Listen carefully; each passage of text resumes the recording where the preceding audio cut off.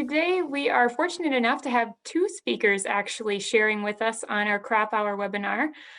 This morning, our first speaker will be Paul Johnson, and he is our Extension Weed Science Coordinator for SDSU Extension.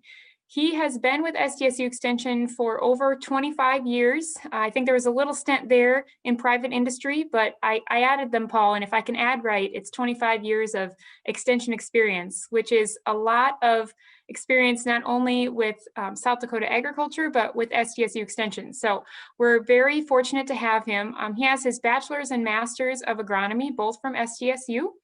And he's had a lot of professional experience within our extension system and outside of our internal system, just working in South Dakota with different producer groups. I know he's been active in the Brookings area with the Chamber of Commerce and other associations in the area that he's from there around Brookings, as well as working in Watertown.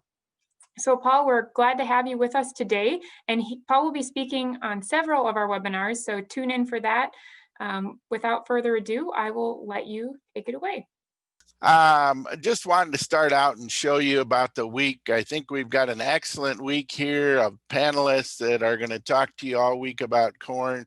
Today, we're going to mainly talk with weed control. Tomorrow, we have insect in corn and diseases dealing with.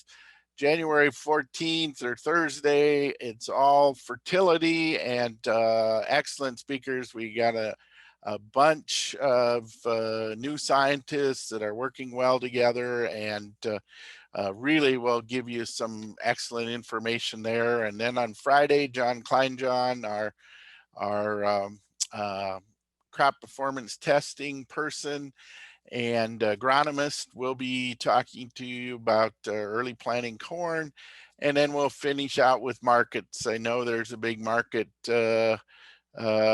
report today, and so Jack will be talking about Friday about all the market information. And so with that, let's get started here.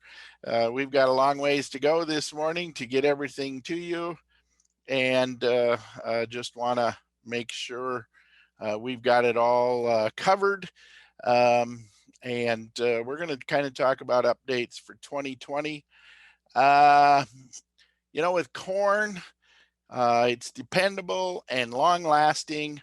And so we need to look at that as we move forward. And my example here, as most of you know, I try and give you a little bit of useless history just to help out at coffee time in case you're doing virtual coffees, or maybe some of you are actually doing coffees. But dependable and long lasting. The D. John Deere was made from 1923 to 1953. Here's two examples of the beginning and end of the same tractor.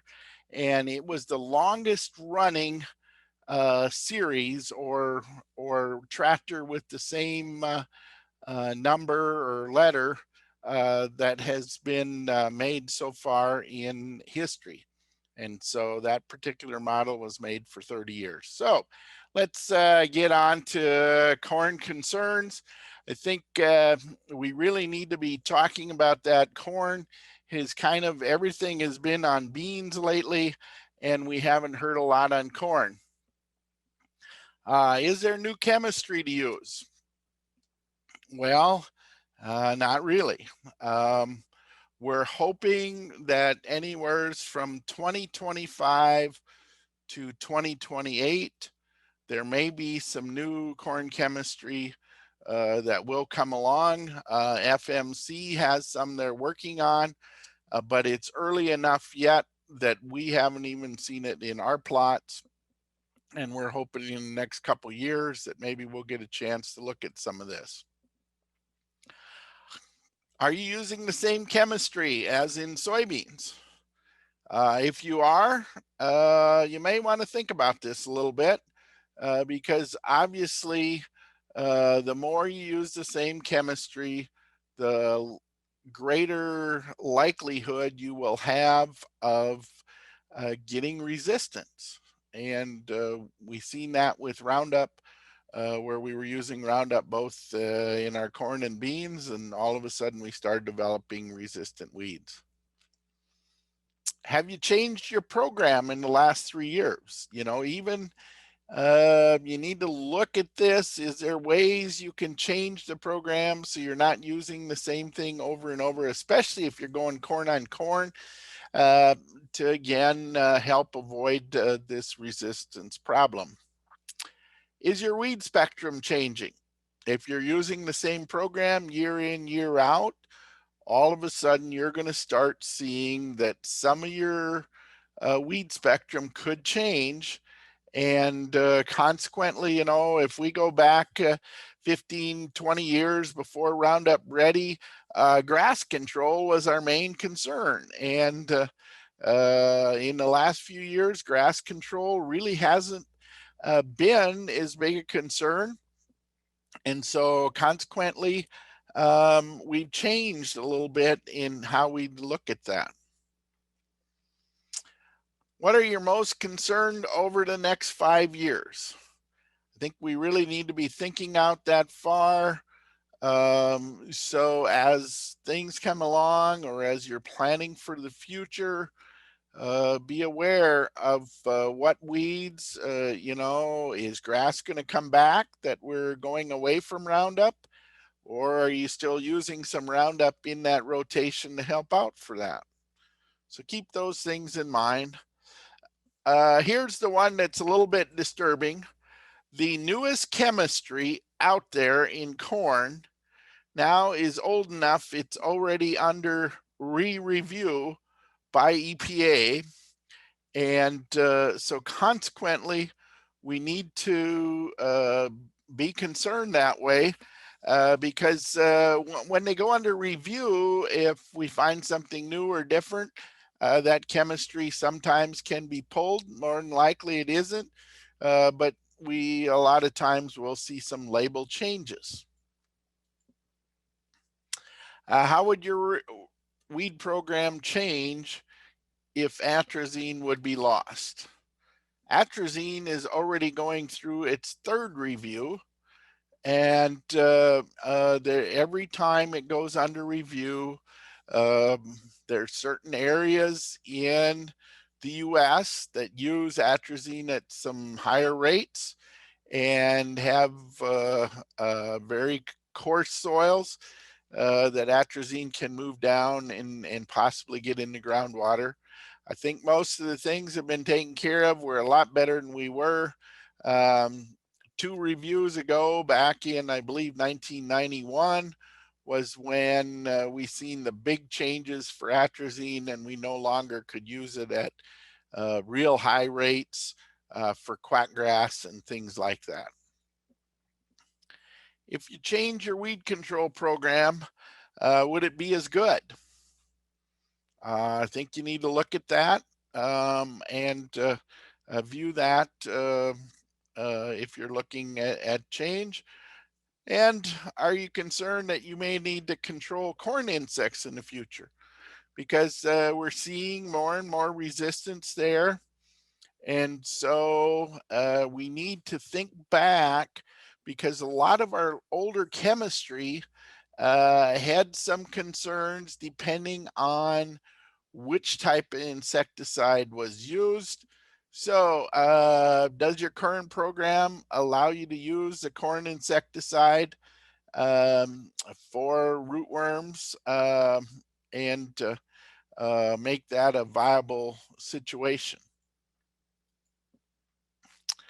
Does your present corn program allow for planting of cover crops? Gared's going to talk about that here in a little while, so we're just going to kind of just introduce that, which types of cover crops will grow after corn. And he'll have more on that. And will these cover crops help or hurt your crop rotation? Because of all the government programs, we're seeing a lot of people get into using cover crops. And so consequently, we need to be aware of that and keep that in our planning thoughts. Have you considered planting non-GMO corn? Don't think we're seeing as much of this yet as with soybeans, but there is areas out there where people are raising livestock without using GMOs. And so consequently, this does come into play with corn.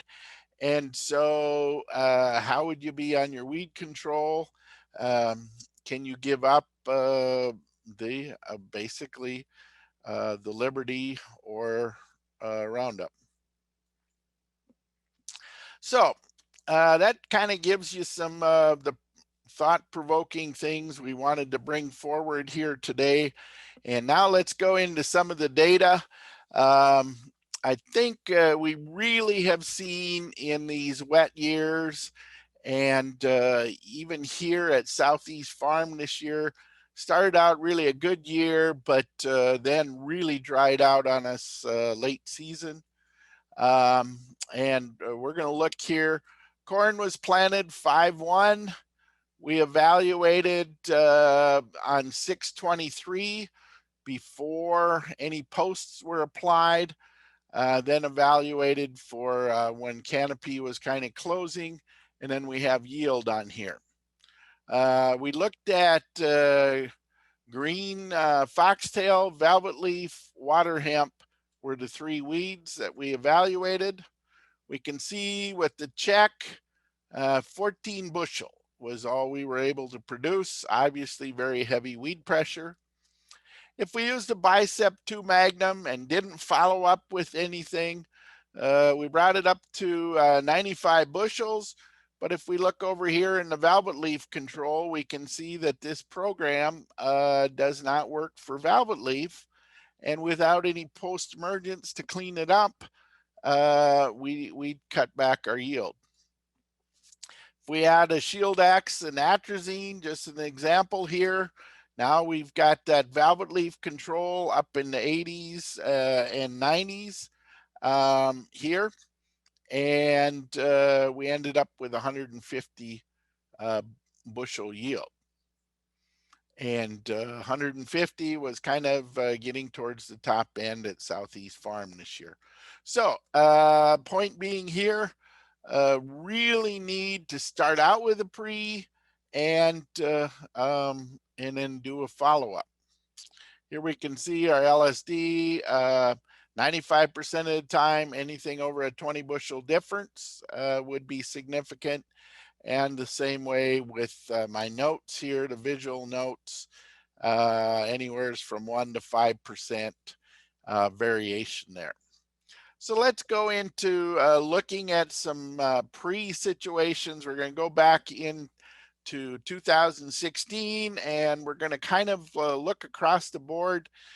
We did some trials back then, and we're going to just start out with Resicor here. The weeds we were looking at were red root pigweed, common water hemp, common lamb's quarter, velvet leaf, and yellow foxtail. And this was across our 3 farm locations. We can see 80s and 90s for control there. Break free, which would be acetochlor and atrazine and instigate. Again, 80s and 90s for weed control. And this is with no post-emergence over the top. Acheron, we can see we've got about 7 programs here. We're dropping down a little bit in the yellow foxtail there. We can see not as good. Corvus, atrazine, again down. We can see Harness Extra, kind of the old standby, looking good there. And then Balance Flexx, we know that Balance Chemistry is a little bit poor on yellow foxtail. Not bad on green and giant, but yellow is its kind of its Achilles heel. So that's 2016. Same thing, 2017. We'll look at the treatments here. And we can see this year we were having some more trouble with the common lamb's quarter and just didn't get as good a control there on the common lamb's quarter without coming something over the top. And 2017 was a little bit drier in there before we went to wet conditions again. and we can see there, and also we can see the yellow foxtail on some of these drop down. So how did the yields average? Again, this is kind of, we don't have stats on here because we're adding across locations and variations, but I think it still shows out. The Resicore come at the top. It was 169 bushel yield. And weed control wise, it was the number 1 at Northeast, number 5 at Southeast, number 3 at Volga, and it averaged in 3rd spot for weed control. If we look at the break-free atrazine instigate, again, 166 bushels. Best weed control overall, 1 at Volga, 3 at Southeast, 2 at Northeast. Acuron, kind of the same way. We can see where they sorted out here. Acuron Flexi, Corvus Atrazine, Harness Extra, and Balance Flex.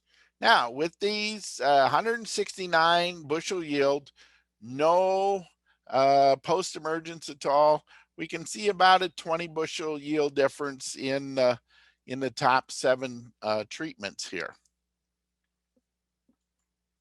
So let's look where we did a glyphosate over the top and see what that did. Okay, here we got the Resicore.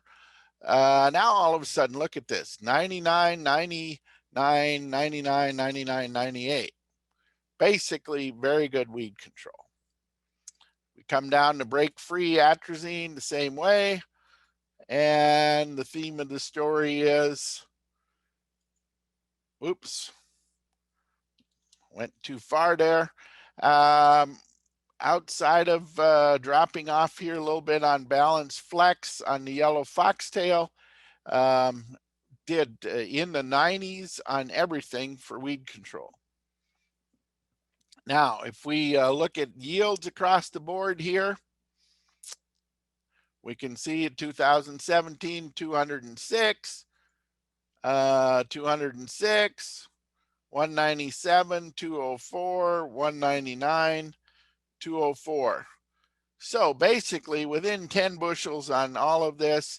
And even if we run a stat on there, I doubt if we're going to find out that any of these programs had any differences where we did the pre and the post. Our pre is to get us to our post treatment, but without the pre, I think you're going to see some differences, and we're going to look at that here in a little bit. But let's look at some pictures so you guys kind of can understand this. Here's our check. You can see this would have been up at the Northeast farm. Obviously, heavy lamb's quarter. We got foxtail in there, and also some ragweed. We can see with the Resicore, this is the ones where they're just alone, nothing to help out. We can see, you know, there is weeds in there. That's why we didn't get quite as high a yield. And so consequently did make a difference. And when we look at it, we can see that. Now, check again. Now, what happens when we have the postie? Here's the Resicore with the post. We can see just a little bit of brown between the rows, but overall, you know, a really good weed control there. As we come down the line, we can see when we talked about those pre's, you know, a few things dropped off. The Acuron post, we can see there was some grass there that the postie had to come back and get. And same with the Corvus harness atrazine post, you know, looked pretty good. You can see back here 50 feet, the plot changed, and we've got more back in there. Here we got Balance Flex and atrazine post. And again, we were talking about that yellow foxtail is pretty hard for that balance chemistry to get. So I think pre-emergence programs are very important. And just another way to look at it, some people say, well, what if we split our pre-emergence? Just put half down and then come with half post when we're going to put that Roundup on. So here we got Acuron, put it all down pre, 98% velvet leaf control, 140 bushel.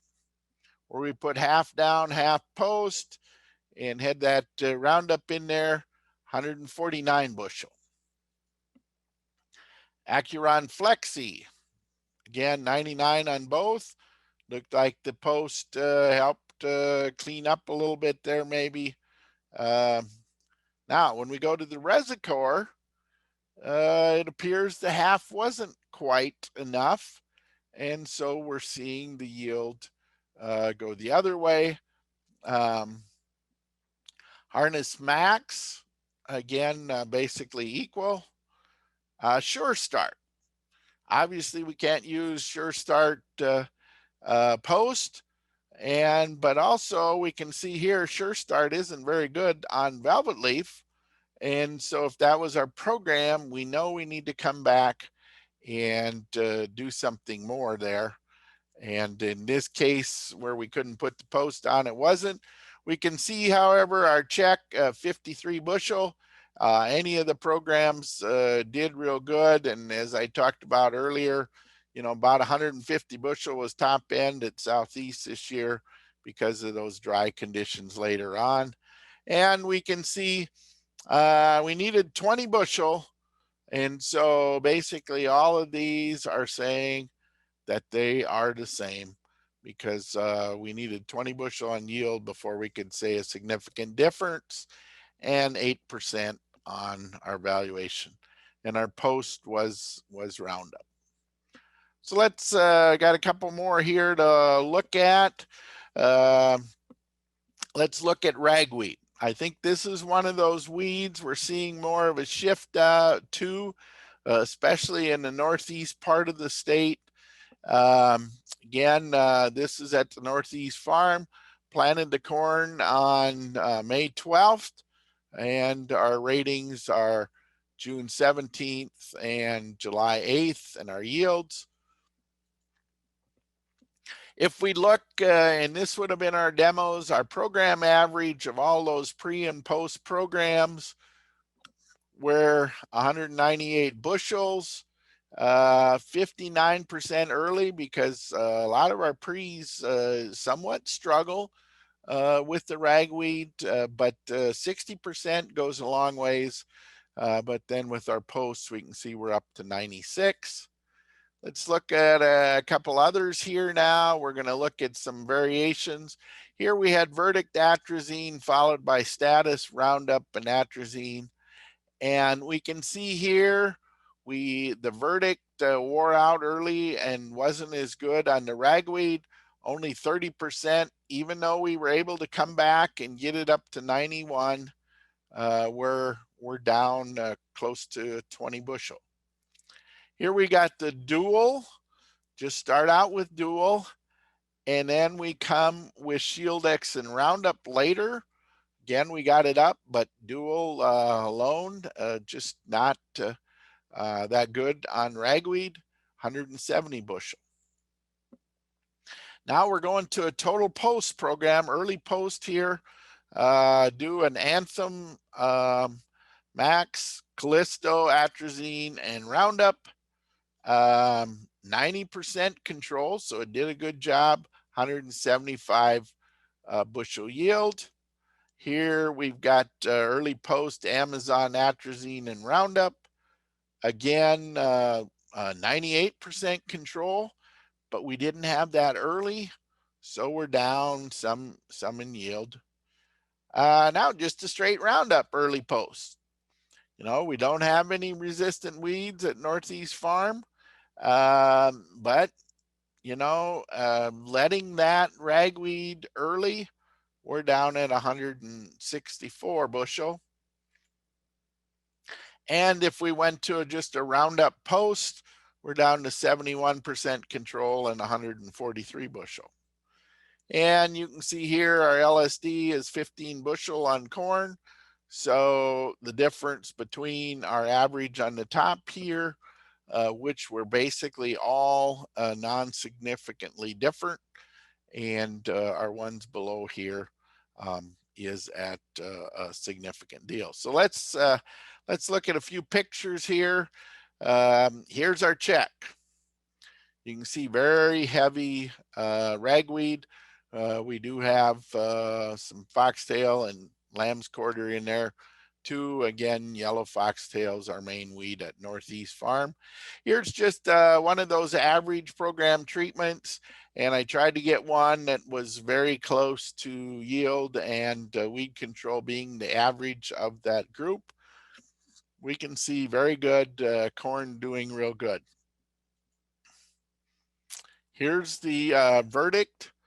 Look at how that corn is somewhat stunted because it didn't hold that ragweed back to start with, even though the weeds are curling down at this point of the picture.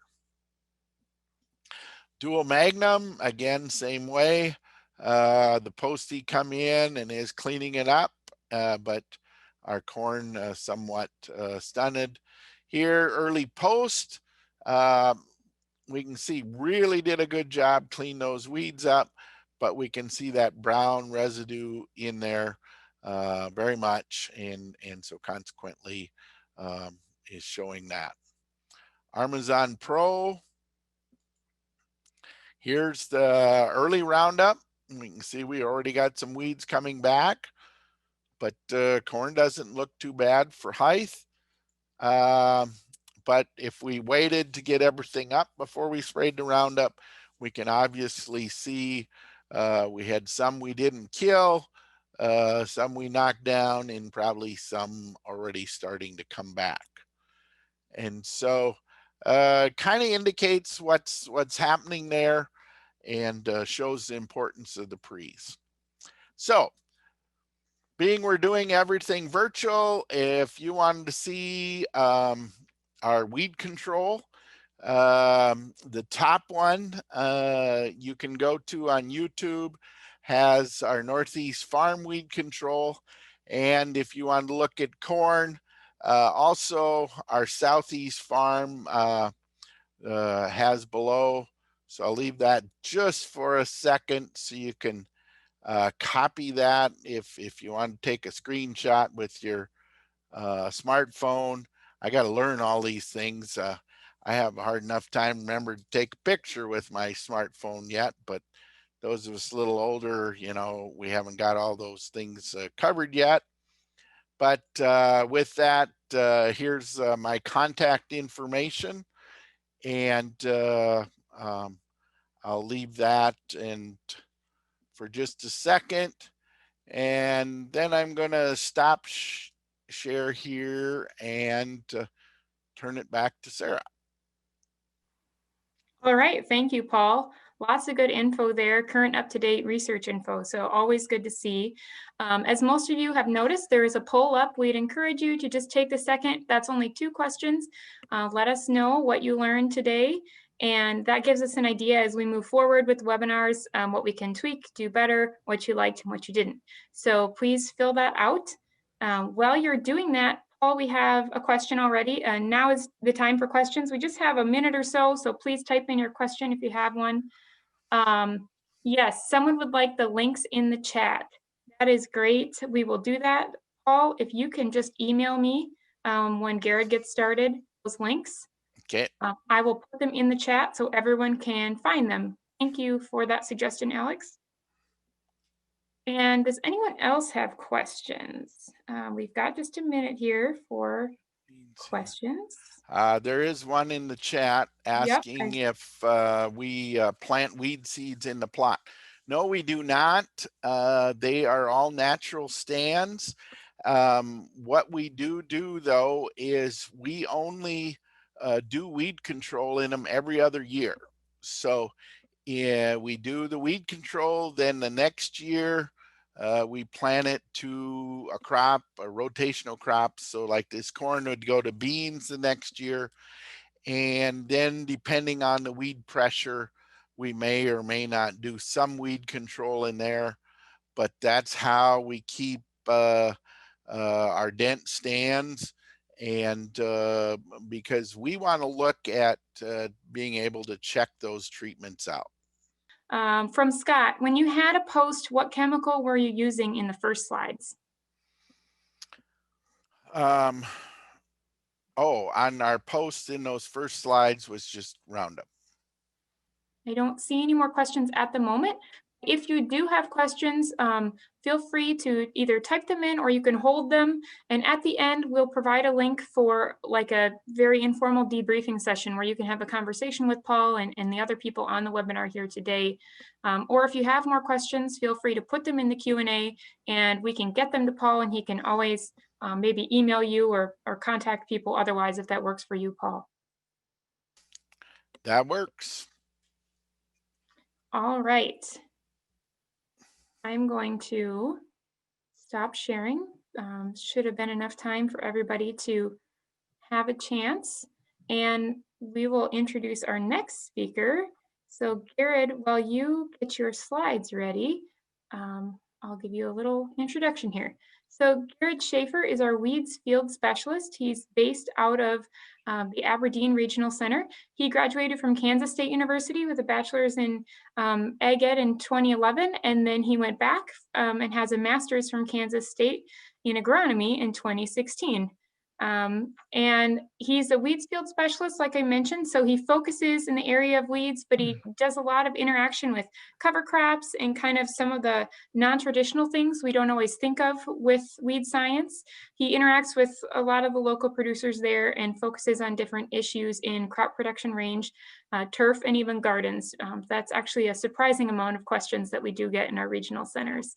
So without further ado, Gared, I will let you begin your talk. All right, thanks, Sarah. As Sarah was saying, yes, I do kind of like the weird stuff, because if there's not innovation in agriculture, then we're kind of left behind a lot of the time. So I'm going to give you kind of a broad overview of cover crops, short on their basics of how they're valuable, and then how herbicides interact with those, how herbicides persist to hopefully work around the persistence of herbicides in the soil to get a cover crop that grows well, and then of course benefits your soil and the future of your operation. So value of cover crops, I'm going to briefly talk about this. You probably heard this before, but of course soil erosion protection when it comes to cover crops, protecting that soil, get an armor on top of that soil to keep it from eroding, increases soil organic matter, so carbon inputs. You need that because farming is a mining operation, so the more we can put into the soil, the better it is. Of course, it's also beneficial to fungi and nematodes, the good ones, not the bad ones. So you got to have beneficial insects, predators on top of the ground and in the ground to help you out there. Cover crops help with that. Nutrient retention, cover crops can help with that as well, so they don't get leached out of your soil or run off into the ditch or into your neighbor's place, because you paid for those, so you should definitely want to keep those on your land.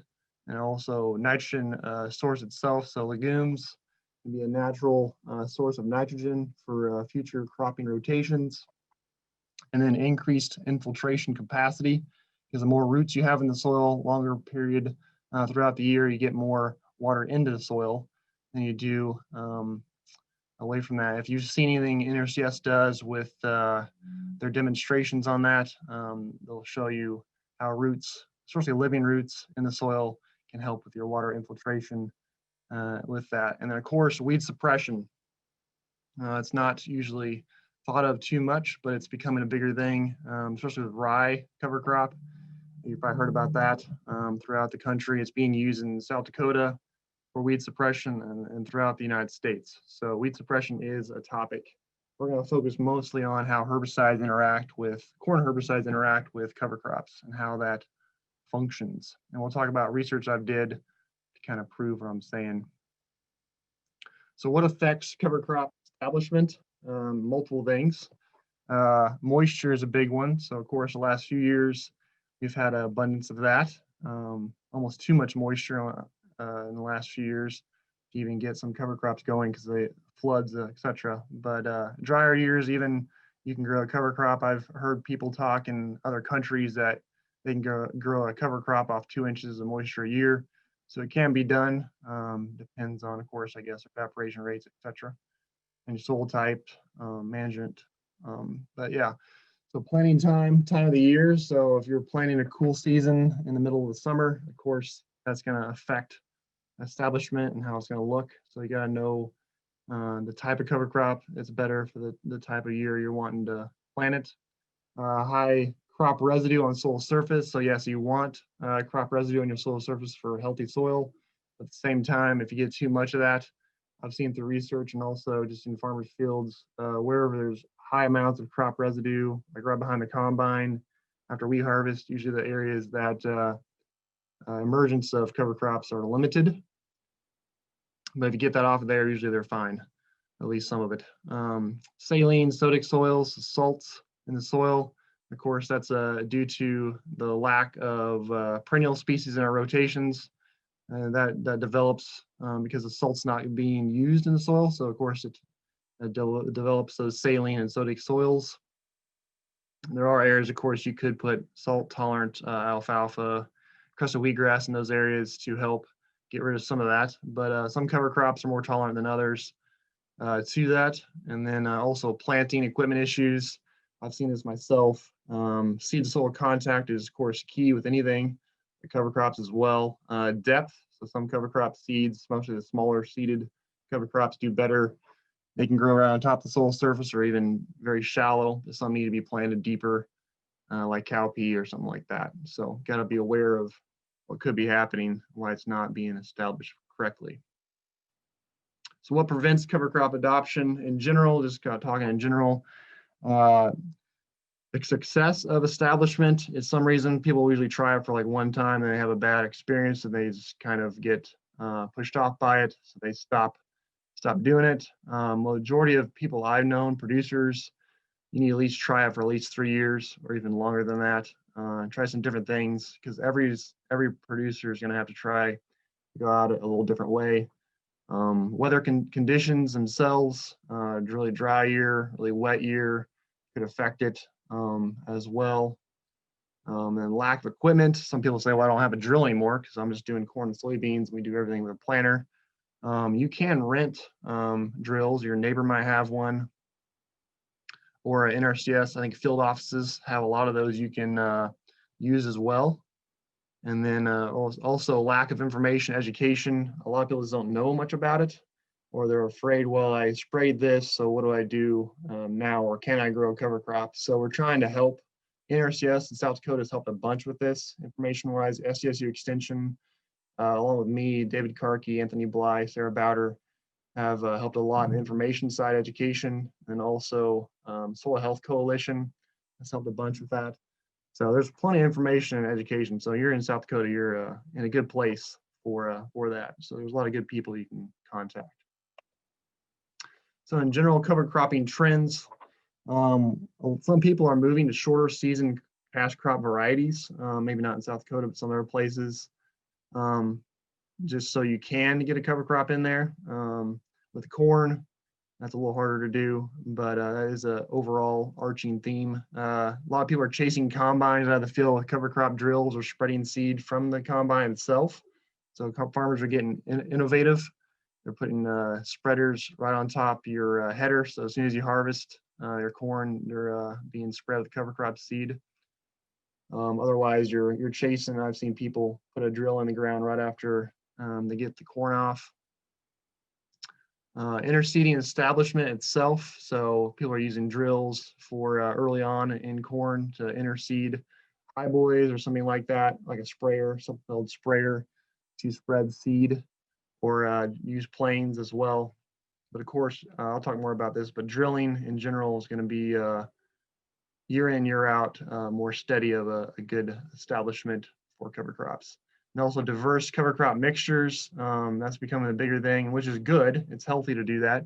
But when it comes to herbicides, it makes things difficult, I would say. It's an easy way to say that when it comes to controlling weeds and having a cover crop established. And then of course, livestock integration. So we want to get livestock as much as we can back on the ground to help out soil health. And weed control trends in general, Paul talked about this, but resistance management. So we got to keep all this in the back of our mind at the same time we're trying to get cover crops back on the ground. So we want to try to get resistance management at the same time with weed control there. Keep working on that. Greater reliance on residual herbicide programs. So we are relying more on those because our weed issues are increasing, especially our difficult weeds like water hemp, kochia have increased a lot, especially water hemp the last few years in South Dakota. So there's a great reliance on residual herbicide programs because, and to especially the eastern side of the state, we're going more corn, soybean rotation back and forth, and there's no small grains in the rotation, which that hinders it some there with developing more resistant issues. And of course, we're going to be telling you to use multiple sites of action, which I would suggest that as well. But in general, that depends on how many weed issues you got. I've been on places in South Dakota where there's only been one herbicide application within a 3-year program. I was on a research land, but again, it can be done. But you just got to know, research all you can, talk to the innovative farmers you can. There's a ton of them in South Dakota. It's a great state for that. Again, full rate programs, we're using to that, which I would again suggest full rate as possible. It depends on what your goals are and what you're trying to do, but with cover crops, that could be an issue, especially with intercropping. Overlapping or layered residual programs, again, I would suggest that as well for weed control, but that could be an issue as well with some residual problems with cover crops. And then of course, cover crops themselves become a weed control trend. That is helping, the research is coming out on that. And of course, some people are even suggesting go back to tillage, which we know from history that tillage didn't fix the problem. It has usually more issues down the road and it costs more money. Spraying can be a lot cheaper if you know what to spray. And then of course, with crop rotation involved. So that's some weed control trends that are happening. Then one big question, I mentioned livestock. So will the cover crop be grazed or harvested for feed or forage, especially with if you're putting cover crop planted or drilled or spread on by an airplane within the crop itself, cash crop like corn. You might want to graze it that fall or maybe the next spring if it's like a rye. So you got to know what the label says you can and can't do with that cover crop and herbicide combination. If the herbicide itself says there isn't a plant bag restriction, you got to ask yourself some other questions like how sensitive is cover crop to herbicide carryover? How long can I expect the herbicide to remain active in the soil? And then when was the herbicide applied? So you know from what point it was applied to when the label says you can plant something like a cover crop. Should you use a reduced rate of herbicide? That's a possibility, depends on this application. Should I increase the cover crop seeding rate if I'm going to lose some?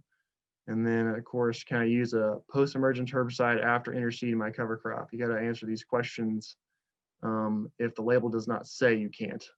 And I'm not just getting out of the thin air. Just some examples. I'm not promoting any of these chemicals. I'm just giving an example.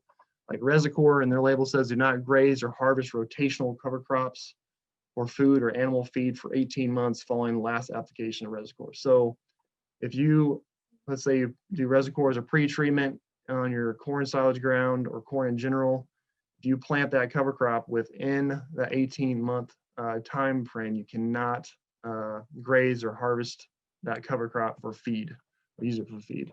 Acuron says after harvest, the planting of a cover crop is allowed, so they're allowing it, provided the cover crop is not grazed or fed to livestock or harvested for food. So again, there's other benefits, which I mentioned those besides just livestock feed, but most producers in the state want to use it for feed. So you gotta be aware of what these labels say.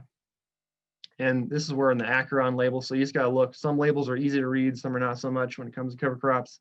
Acuron's nice, they give you a cover crop label, and they actually, part of the label says cover crops title, and then you can read what I read right there and even more information about that. Balance Flexx, same thing is another example. They'll go in here and tell you how many days, like they say, many cover crops can be planted within 90 to 120 days after application, which actually gives you freedom there if you're going to do corn silage and cover crops with that. But you got to be aware, they also say that majority of potential cover crops have not been evaluated for tolerance to Balance Flexx, and then a significant injury may occur. So you got to be aware they're doing that for their safety's sake, so you can't sue them or something. And they personally have not probably looked at majority of them either. And they say to do a field or a small scale bioassay. So if you never did a bioassay before, there's multiple ways of doing it. And Balance Flexx actually tells you, and some other labels do as well, how to do this. So one way would be to take the cover crop or something they want to plant in the field that's been applied by that herbicide, just drill it. And then you see after about a week, see what comes up. But again, South Dakota, our growing season is short, so that we don't really have time for that unless you're in the South, like in Texas or Oklahoma or something like that. You can do this at home. So just go out, get about some soil. So if your wife has some flower pots that she's not using or some dead flowers or something, ask her, of course, first, and then you can use those for your treated soil and untreated. So what you come out there is most herbicide carryovers most likely will be not uniform. So you want to go out and get like a gallon of soil about that, maybe from different areas, or you might want to do multiple pots, depends on how big the field is. And you get some areas from like the tops of the hills, filled entrances, filled edges, turnaround areas, eroded hills, maybe some extreme pH areas, low areas, you kind of mix it together and you plant the cover crop you're going to hopefully plant after the corn's been harvested for silage or whatever. And then another pot, put some similar soil, maybe from the same area that's not been treated by anything. So if you know an area of that field has no herbicide on it, grab some of that and try to plant cover crop in both. Within a week, you should be able to know if that's going to affect it or not. So maybe when your corn starts drying down, go out there and get some soil samples, and then you can grow it out next to your shop or whatever outside and see what happens. So that's one easy way of doing it. Some herbicides actually require you do this before you plant cover crops afterwards. Some don't. But again, you're going to see extreme areas of carryover issues in turnaround areas, filled edges, filled entrances, eroded hills, extreme pH areas, and low areas, which is usually where you find the higher rates of carryover. So then what causes, so you're telling me, well, you're like, Gared, well, okay, how do you get rid of this herbicide when I want it, get rid of it? There's no easy way of doing that. We do know how long some last, and we do know how some chemicals dissipate in the soil.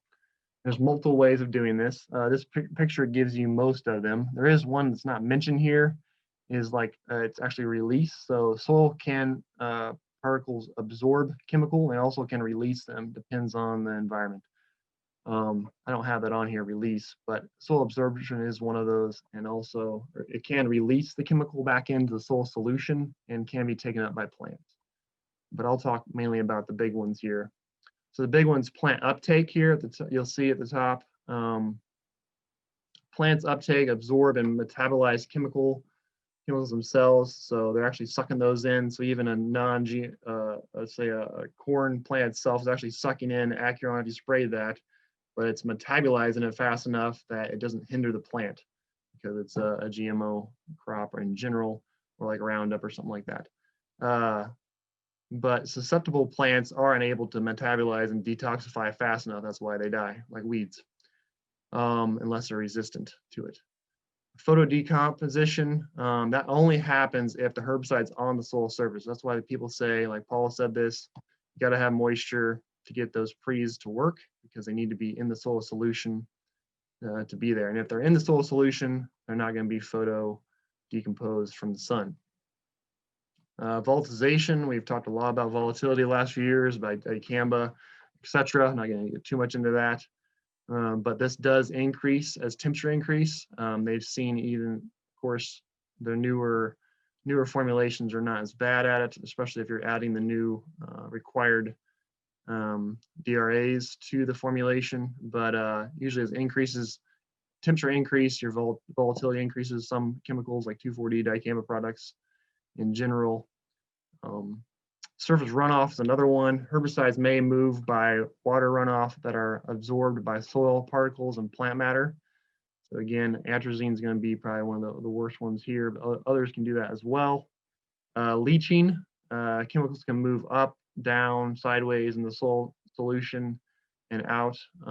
Drain tile is one that's probably not thought of a lot, but drain tile can easily be an easy way for chemical that is water soluble to leave your field. That's becoming more of an issue than it was in the past, I guess. Chemical decomposition. So when that happens in the soil, it's oxidation, reduction, or hydrolysis. So those are reactions involved, the transfer of electrons. I won't get too much into that. Hydrolysis is a process by which herbicide molecules react with water, even in dry soils, and some of that can occur even with pH as a factor, of course, in hydrolysis. Soil absorption, like I said earlier, that's when your CEC, so the amount of attraction to organic matter, or mainly it's organic matter or clay, are the big ones there that are involved in soil absorption. It takes it out of the soil solution. If you can imagine little soil particles and the water in between them, that's a soil solution. So that can adhere to the soil particles, and then it cannot be available to weeds to take up or even plants. And that can be released if something changes in that solution. And then the big one, so we all are aware, if you listen to NRCS talk or Soil Health Coalition or even NRCS, even extension personnel like Anthony Bly, Sarah Bowder, David Kark, or myself, the more healthy soil you have, the healthier it is environment for microbes. And microbes basically eat herbicides like it's a Thanksgiving dinner. Not to say that they're going to do that right off the bat, but they do decompose herbicides down the line. Of course, if you have no microbial, so it's a really unhealthy soil, it's been tilled a bunch, possibly some other things that could affect microbes. In general, you're not going to have that, but healthier soil, you're going to get rid of some chemicals faster than others. So herbicide persistence in soil factors, again, like the moisture, temperature, texture of the soil, type of soil, organic matter, and pH all affect that. When it comes to factors that increase herbicide carryover, potential dry soils, early summer drought, that could happen this year, depends on what happens here this spring. Cool soil temperatures at or after application, that can slow down, break down hydrolysis, etc. of chemicals. And higher clay or organic matter soils, because you're going to have a higher CEC, so a higher binding of some chemicals. Because those, like I said earlier, herbicides have to be free from binding to decompose a lot of the time. So I'm going to go through, so there's a few chemicals that we selected to use in the research that I did do. I'm going to walk through some examples of those and kind of how each of those break down in the soil. Just kind of have a reference point real quickly here. Not get too involved here, but in general, ALS, so that's the site of action, and most people are familiar with the SUs within that, like Permit, Peruvian, Accent Q, Beacon, Spirit, the ones that we looked at, some of them. Majority of the persistence is decreased through some microbial, but most of its chemical decomposition is very high. So that means it's in the soil solution, there's hydrolysis happening. Again, this can be decreased as the soil pH increases. So if you have high pH above like 6.57, risk of carryover increases as soil pH decreases with all SU. Most SU herbicides are that way. And then, of course, chemical decomposition through hydrolysis basically stops if your pH is above 6.8 in general. That's what happens. And then HPPD inhibitors, some examples are arminazone, bounce Flexx, Callisto, Latus. Majority of decomp happens through microbes. So again, the more microbial decomposition you have, it's going to be won't persist as long. Some other chemicals that we looked at in our research that had a mixture of HPD in them would have been Acuron, Corvus, Lumax Easy, Resicor, stuff like that. So of course, there are some mixtures there. And photosystem 2 inhibitors, atrazine, Glory, that's a metribuzin product. Again, it depends on what photosystem 2 inhibitor you're talking about. There's a lot of differences in this category. In general, rotational restrictions can be over 2 years for some of these herbicides. Rotational risk for higher soil pH, of course. There's absorption is highest at low pH in this category, mostly triazines like atrazine. There's no binding at a pH above 7.5. And then leaching, of course, is a greater at high pH due to less absorption. That's mainly like atrazine is the big one there. And then chemical decomposition is fastest in this group at low pH. And then PPO inhibitors, Sharpen, Valor-EZ. The big ones, again, are going to be absorption. Those get absorbed very easily. And then also microbial decomp is pretty good as well. And if it stays on the soil surface, excuse me, you can't have high photo decomp. Same with atrazine or something like that. Then also long chain fatty acids. The big one here is microbes as well, with some leaching absorption happening as well. So real quick here, I know time is fleeting. So we did do research throughout the state. We had over 580 plots for that's in 2 years, 3 locations on 2 farms, and then 1 research farm, the Southeast Farm and Beersford. The other 2 locations were in the north central and northeast region of the state. So we did do this for 2 years, and I'll talk. So in general, there's other factors that, of course, affect not just herbicides. You can't just blame herbicides. If you look right in that wheel track of this, so again, every time we did this in the field, on a farmer's field, we always have problems with the wheel tracks of these trucks. So usually it's really 90% loss or more, usually the cover crop, it won't emerge in that area just because of compaction. Usually not behind the chopper itself, but in general, it's not always herbicide that causes your problems with cover crops and corn. So again, you want this poor soil, not compacted. That's going to help you out all around that I'm mentioning. Least concern, of course, are the ones if you're applying these in crop, like in corn, if you're doing a post or even a pre-burn down. I'm not talking about a burn down before cover crop, planting afterwards, but usually these are the ones that are causing less concern with residuals. So I do have all this information on a actual paper file. So if you want to download it, you can go just Google herbicide residual effects on cover crops after corn silage, SDSU extension. It should come up as a PDF. It's on our website. Here's the link. I'm not sure if that works, but it should. So just walk through real quick. I'll give you a couple examples. So we did do, for example, Acuron mustard. So these are a percentage of loss. So from 100%, that means no herbicide was applied in some of those plots, and we lost no cover crop due to herbicide. And then Acuron here, just looking at Acuron here in the top one, let's look at that. So low moisture mustard, we had 0 loss, but in high moisture, we had 29% loss of the cover crop. And again, low moisture in these situations were 10 to 11 inches, high moisture was 17 to 21, depending on the location. So we did see some moisture effects there. So due to time, I'll have to run through this, but I got too chatty. And we also did post. So everything that could be applied on label pre, we did do a full rate of pre. These are all pre's. And then we did do some early post. These are only allowed to be sprayed post. So that's how we did it. Full rates. And then you can see the different cover crop species. So anything that's over 30% loss, I would say I'd use as a caution possibly. If it's over 50% loss, I definitely would be leery of that. Depends on the moisture levels and other factors as well, of course. And this is actually the spring after some of these plots up near in Brown County. This is rye. So everything else, of course, died off in the fall. But rye, this is actually grazed too by cattle. Wasn't supposed to be, but it was. If you let this go by end of May, it would have been up to my waist. Anyway, so it's looking good.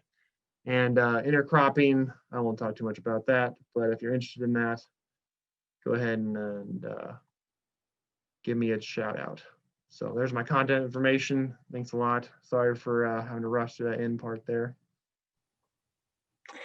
Thanks, Gared. Sorry, we didn't mean to rush you off, but we don't want to lose people here that might have to go. Appreciate your talk. And Gared, if you can put that link that you flashed up in the chat, just make sure it goes to all panelists and attendees. That might help. And while people are filling out the poll, I will share a little bit more information before we lose you here. If you can just wait a second. We've got a couple more announcements and a QR code for everyone that needs CCA credits. So if you check the chat, I did put a link to the recordings of these presentations and future webinars. So if you'd like to register for more weeks of this webinar or see more details or find recordings, you can do that at the extension link I put in the chat. And we also are going to have just an informal discussion now, talking about Gared and Paul's talks, or you can just catch up with people that are on the webinar. That link is in the chat as well. You can click that at any time. And if you have trouble with that link, I will put my email up here. Go ahead and email me. I would encourage you to copy it rather than just click on it. It seems that some people have a glitch when they go from one Zoom meeting to the next. So if that doesn't work when you click on it, I would copy and paste it or send me an email and I'll get it to you. But we'll start that at any time. I have the meeting open. Also, as people type questions here, look for an email from SDSU Extension on Friday. We would love, the polls are just a brief explanation. It gives us a little bit of a snippet of what you thought of today's presentations, but we would love some more feedback on this webinar series since it's the first time we're doing it. So do look for an email from us on Friday with a little bit more in depth of a survey, but it'll take you less than a couple minutes. We'd really appreciate your feedback. So I'm going to look here and see. So check the chat for all of that information, and I'm going to see if anyone has any questions. If I can get Zoom to cooperate with me. So if you do have questions, go ahead and put them in the Q&A. It looks like Eric had a question in the chat. Is that my chat? Can you see that, Gared? My chat has minimized itself and hidden from me. Yeah, I can see that. Can you hear? Okay. I don't know. Can people hear me right now? Yep. Okay. So Eric, as far as I know, no, it's not going to be integrated into the South Dakota Pest Management Guides at the moment. Of course, that could change, I guess, but not at the moment. This is going to be separate documents. And those documents, just so everybody can hear, I mean, those have been sent, paper copies have been sent almost to every, I think, NRCS office in the state, and also every regional center in the state as well has those. And you can download the corn one on online, as well as there's research we did with wheat as well. I'll be talking about that in a couple weeks. So that'll be online as well, that document. Gared, Scott has a question. At what time can you plant a cover crop in corn without hurting the yield? $1 million question. Oh man, that's a good question. Not an easy question to that one. Sarah actually might know more about that than I would. But in general, when you're intercropping, the Southeast Farm has did a lot of research on that, and they've seen very little issues at all with that, even drilling it like 1 week after corn emergence. So you're doing it very early. It depends on cover crop, of course, and how wet it is, moisture. But yeah, there's a lot of factors there. Yeah, it really depends on the year, you're right. And I think a lot of times we worry more about what the cover crop will do versus if it will hurt the corn. It's usually more of an issue of shading out the cover crop than anything. If it's a super dry year, you know, you might see some issues with corn or maybe some disease concerns. But yield, it's touch and go. It really depends. We do have another question. That's a great question, Scott. And I'm sorry there isn't a real straightforward answer, but if you have a situation that you're really wondering about, you can sure send us an email. David says, may insurance be a fact? Oh, insurance might be a factor to keep in mind too, which is a good point, Gared. Yeah, I forgot to mention that. Yeah, so you gotta make sure you can, goes along with your insurance. So call them first. Any more questions? I'll give it a second here. Sometimes it takes a minute for them to pop up.